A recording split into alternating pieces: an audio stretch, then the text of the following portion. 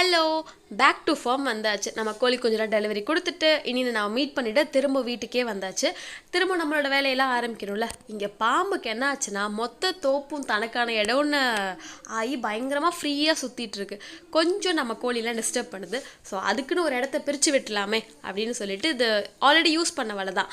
தூத்துக்குடிலேருந்து வந்துருந்துச்சு. வர வச்சு ஒரு இடத்த வரைக்கும் பிரிச்சுட்டு இது வரைக்கும் நீ வராத, உன்னை தாண்டி நாங்கள் இங்கிட்ட இருந்துக்கிறோங்கிற மாதிரி பிரித்து விட்டாச்சு. அந்த வலையை பண்ணும்போது என்னாச்சுன்னா அவங்கள விட இவன் ஆல்ரெடி சிக்கெடுக்க முடியாமல் தெரிஞ்சிட்ருக்கோம். அதுக்குள்ளே இவன் மாட்டிக்கிட்டு பெரிய பிரச்சனை பண்ணிட்டான்.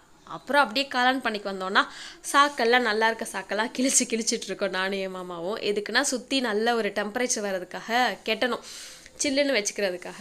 அப்புறம் என் மாமா சேனட்லாம் கட்டிட்டாங்க. நான் அதை மேற்பார்வை பார்க்குறேன்னு சொல்லிட்டு ஏறினேன். நான் என் மாமா சொன்னாங்க, நீ கட்டுறியா, நல்லா இருக்க, அதை அவுத்து விட்டுட்ருக்கியான்னு கேட்டாங்க. கொஞ்சோண்டு ஹைட் தான், பட் ஏறினதுக்கப்புறம் எனக்கு இருக்கிறன்னு சுற்றுற ஒரு ஃபீல் வந்துருச்சு.